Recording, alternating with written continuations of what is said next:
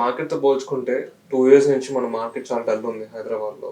కానీ నిన్న మనం చూసుకుంటే 177 క్రోర్ పర్ ఎకర్ సేల్ అయింది.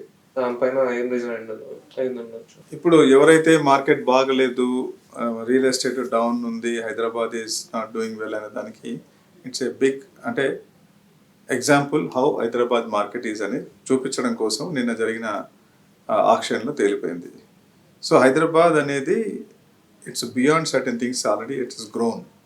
సో ఏ ఒడిదొడుకులు కూడా అన్నీ ఎదుర్కోవడానికి హైదరాబాద్ సిద్ధంగా ఉందని నిన్నటి ఆక్షన్ చెప్పింది. ఎందుకంటే అంటే లాస్ట్ అంటే 23లో 100 కోట్లు అన్నప్పుడు వావ్ చాలా బ్రహ్మాండం అన్నారు. ఈరోజు కోకపేట ఈరోజు 177 crores. Again it's a big deal. But మనం దీన్ని ఎంటైర్ హైదరాబాద్కి మనము చూడకూడదు.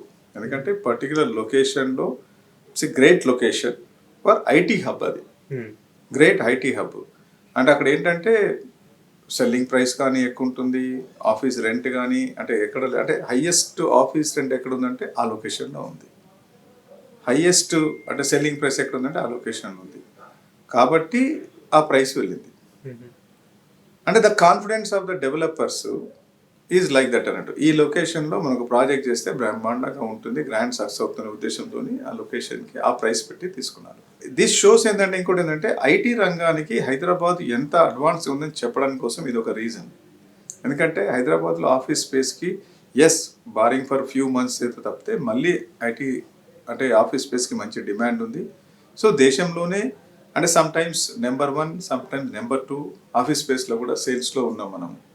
So once office space sales బాగుందంటే అగైన్ రియల్ ఎస్టేట్ రెసిడెన్షియల్ మీద కూడా అది ఇంపాక్ట్ ఉంటుంది. రెసిడెన్షియల్ కూడా అంటే స్తబ్దత అనేది కాదు, తగ్గడం అనేది జరిగింది, కానీ అదంతా టెంపరీ.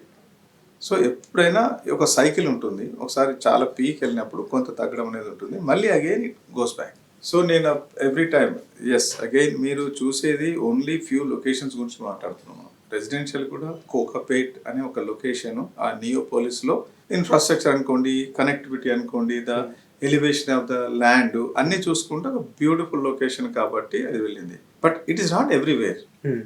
అన్ని చోట్ల లేదు. అన్ని చోట్ల మనకి ఈ రోజు కూడా మీకు 5,000 రూపాయలు 6,000 రూపాయల స్క్వేర్ ఫీట్లో అపార్ట్మెంట్స్ ఉన్నాయి, మల్టిపుల్ లొకేషన్స్లో ఉన్నాయి. దీన్ని ఎగ్జాంపుల్ తీసుకొని మొత్తం రియల్ ఎస్టేట్ అంతా అలా ఉందనడం కరెక్ట్ కాదు.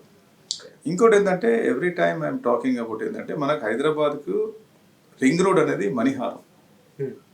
అంటే ఆల్మోస్ట్ 160 కిలోమీటర్స్ రింగ్ రోడ్లో ఏంటంటే ఐదర్ సైడ్ గ్రోత్ కారిడార్ అని 1 kilometre either side huge land is available. ఈ గ్రోత్ కారిడార్లో గ్రిడ్ రోడ్స్ అంటే ఎవ్రీ 500 మీటర్స్కి ఒక రోడ్ ఉంటుంది. అంటే ప్యారలల్గా 500 మీటర్స్ ఒకటి, 1000 మీటర్స్ ఒక రోడ్ ఉంటుంది. అలాగే పర్పెండిక్యులర్గా ఎవ్రీ 500 మీటర్ ఒక రోడ్ ఉంది. ఆ రోడ్స్ కనుక డిమార్కేషన్ అయ్యి ఉంటే గ్రోత్ చాలా షిఫ్ట్ అయిపోతుంది, హ్యూజ్ ల్యాండ్ అవైలబుల్ ఉంటుంది గవర్నమెంట్కి. అంటే అంటే of course that needs certain funds అనుకోండి ఏదో, బట్ ఫోకస్ దాన్ని ఒక్కసారి పెడితే ఏమైందంటే ఈ ఏదైతే బిగ్ అంటే ఇదేమో హబ్ అంటే ఇది ఇట్స్ నాట్ ఇప్పుడు న్యూయార్క్ సిటీ ఉంది అనుకోండి, ఆ సిటీ డౌన్ టౌన్లో ఉన్న rate if you go for 10 kilometres it will not be there, 20 kilometres పోతే ఇంకా ఉండదు. ఇప్పుడు వేరియస్ కంట్రీస్లో కూడా చూస్తే people travel from 1 hour drive 1.5 hour drive నుంచి వాళ్ళ ఆఫీస్కి వెళ్తుంటారు, కిలోమీటర్ లెక్క పెట్టరు అక్కడ. అట్లాంటి ఫెసిలిటీ మనకు కూడా రింగ్ రోడ్ వల్ల ఉంది. అక్కడ కనుక డెవలప్మెంట్స్ వస్తే ఇక్కడ భారం తగ్గుతుంది, అంటే అక్కడ అఫోర్డబిలిటీ పెరుగుతుంది. ఎక్కడైతే దూరం ఇప్పుడు మనము హైటెక్ సిటీకి రావాలంటే ఎక్కడో ఆదిపట్ల నుంచి కానీ ఇటు కొంపెల్లి అవతల నుంచి కానీ 40 నిమిషాలు మ్యాక్సిమం వచ్చేస్తారు, because of the road connectivity.